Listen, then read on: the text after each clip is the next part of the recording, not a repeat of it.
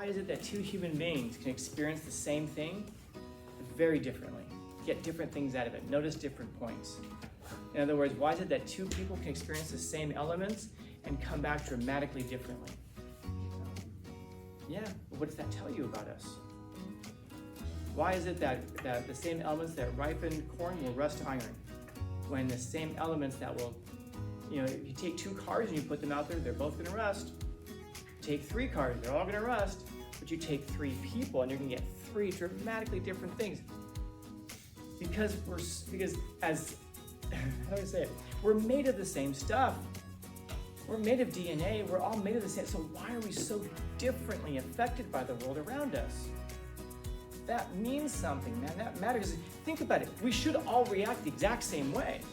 Oh, but we don't. I know we don't, that's why I had this conversation. Well, because our minds are different. Yes, that means something. That means that you're not just a body.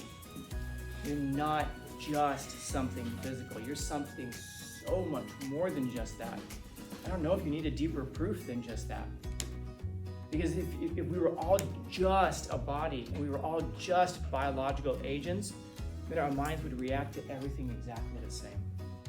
And humans were so dramatically different. That's because the important part of us is always changing. And that's because we're capable of changing, because we're so much more than just a physical anything.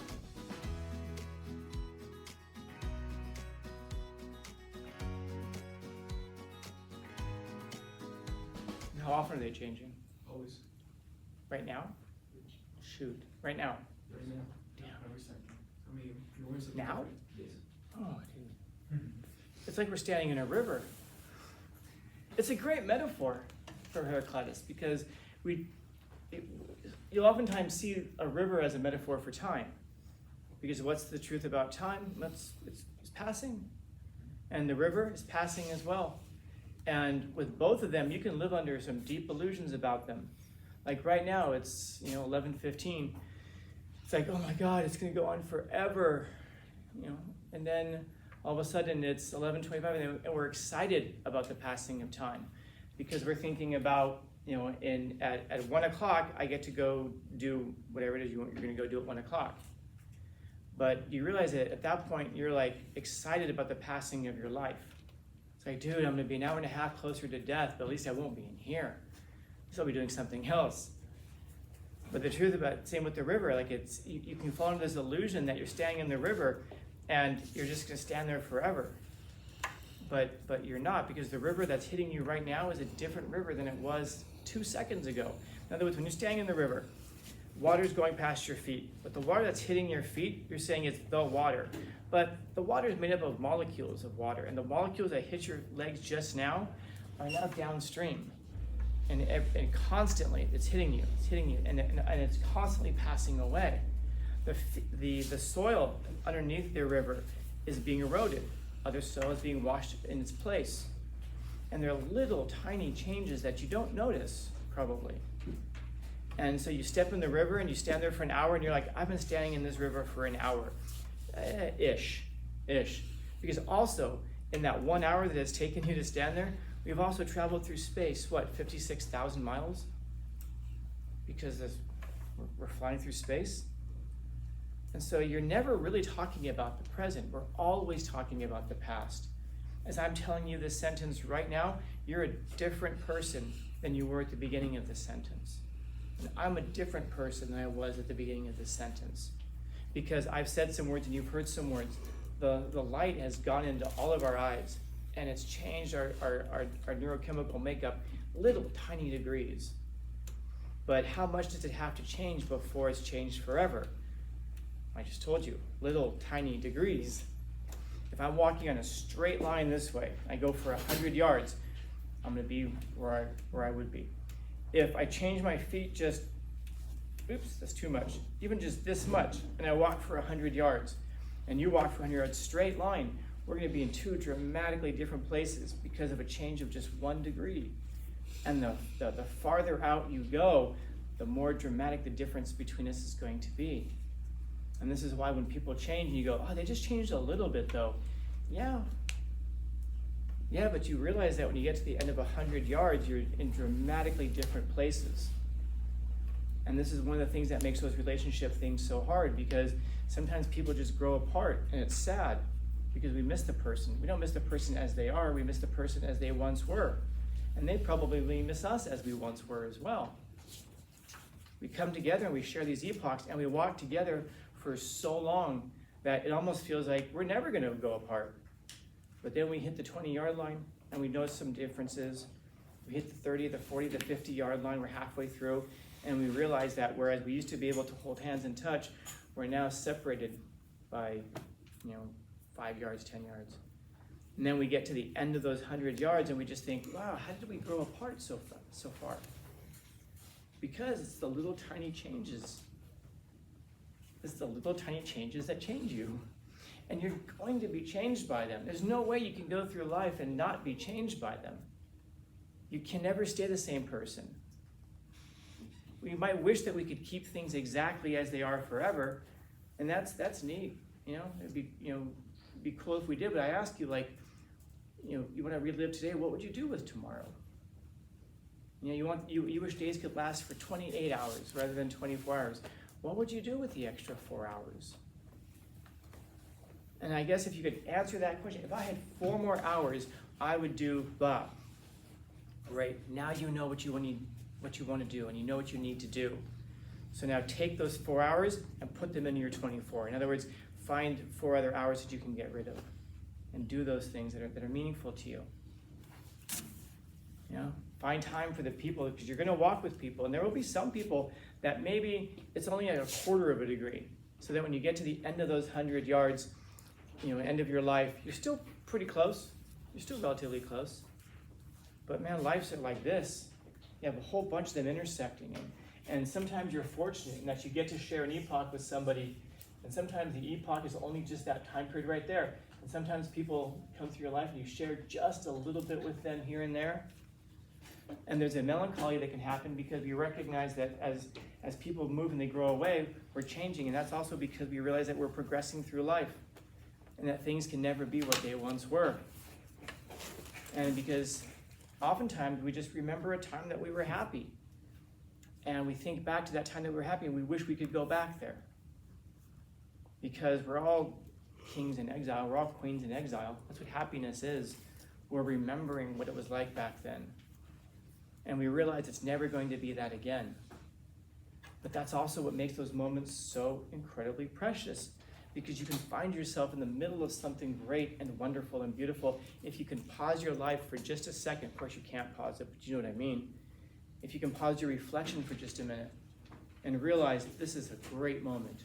I'm never going to live this moment again.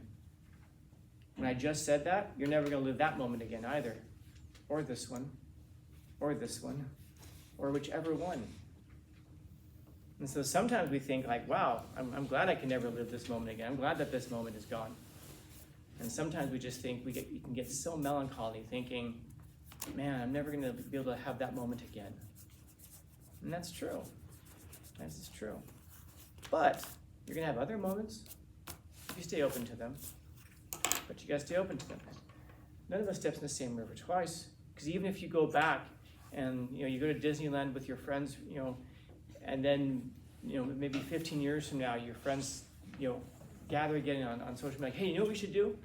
We should go back to Disneyland again, just like we did when we were 18, and you're all going to go again. It's going to be different. It's not going to be the same. You're going to the same place, but it's not the same place. It's changed a little bit. You're going to say, did they change that ride? Remember when they used to sell the such and such? Oh man, those lightsaber churros. Oh man. But here's the thing: you're also not the same. You're 15 years more experienced. You're 15 years further along in life. You're not the same person either. None of us is the same person. And so there's little tiny degrees that we don't even notice. All of a sudden we find ourselves 20 years, 30 years from now wondering, God damn it, Jonathan. What did you... Don't worry about it. Nothing you want to see, and nothing that wouldn't land us all in court. You had your hand up. That'll be a good time. Yeah, it'll be a good time to go to you now. Oh yeah, don't you think, sure you can relive it, but you can always rewatch it. You're capturing the visuals of it. kind of, but you're not capturing the first person view of it. And when you go back and you watch it again, you're not the same person. You're seeing it differently. Is there think about, like, for example, when you were, even now, think about what your favorite movies are right now. I was listening to this person do a film review of the movie Red Dawn. Have you heard the movie Red Dawn? It's an old movie. Oh, wait, is And it the one with the word game channel, right? what's that? Like a word game? Not a game, but yeah. It's a movie essentially, they did there was a remake about it a few years ago, but they're reviewing the original one. And in short, it's about the United States being invaded by, I want to say it was like Cuba and the Soviet Union, I want to say. They were communists in any event, but it's like an alternate history thing where they win. And so the opening scene, it shows like paratroopers landing, and it's at a high school in the Midwest, and the teacher goes outside, "What's going on out here? Hey, what are you guys doing? You guys are landing in the wrong place," because he doesn't realize it's an invasion. They kill him, and then they start shooting up the school. That was back before it was, a thing, shoot up schools, right? And so the high school students, they all they're running, and they jump into a pickup truck, and they flee, and they head up into the mountains. And their parents are captured, and they're like, what do we do? What do we do? So they go to a store, and they get all, like a place where they sell guns, and the guy who owns it gives them all the guns, and he's like, go up in those mountains, and don't you come down until this is all over with. And that's what the movie's about. It's about this group of high school kids who are trying to get along, and they're fighting like this resistance against the invaders. And I remember seeing it when I was a little kid, and I was just like, God damn right. That's what it's like. And there's a very famous scene from the movie where their high school mascot were the Wolverines. And so there's a scene where they win a battle, and they're like holding up their rifles going, Wolverines! And I'm like, yeah! And then I heard someone doing a movie review of it the other day, and he was just tearing the movie apart. Not making fun of it, but just like, this movie was not what I thought it was going to be, and he's tearing it apart. And I was just like, shut up. Every point he made was true. There's almost no character development. The battle scenes are hokey and everything, but bad. But 6 or 7 year old Scallon saw that and was like, God damn right, that's what you do.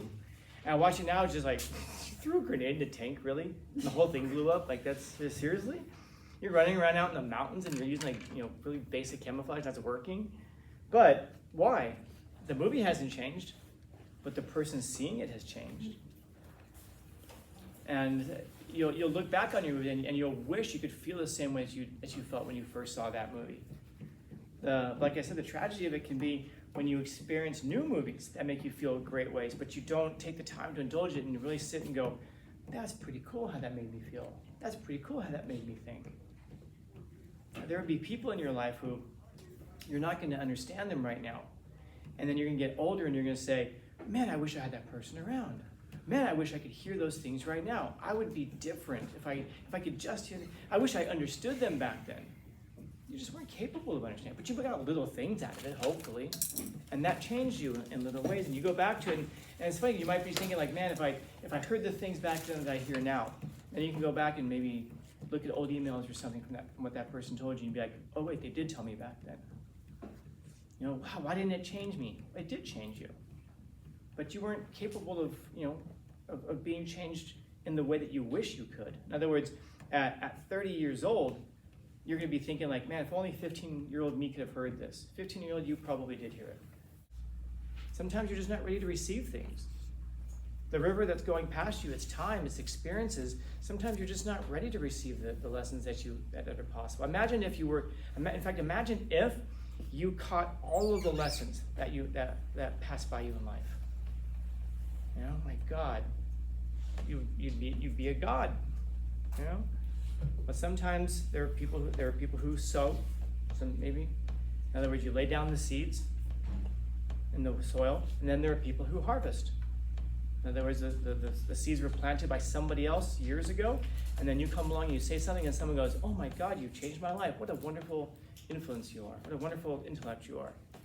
Some of you will go to college and you'll come across professors, and you'll be like, "My God, I wish we had PhD people in high school teaching us." If only, right? Why? You're not ready to receive it. Not in the environment ready to receive it. You can get frustrated and pissed off about it, but I don't know, man. Were you ready to receive it? The stuff that you're trying to pass on to others? patience, love. You know? You're not the same person. Nobody is. It's not the same situation. It looks similar, and it's only the roughness of our eyes and the roughness of our intellects that we think any two situations are the same, or any two people are the same.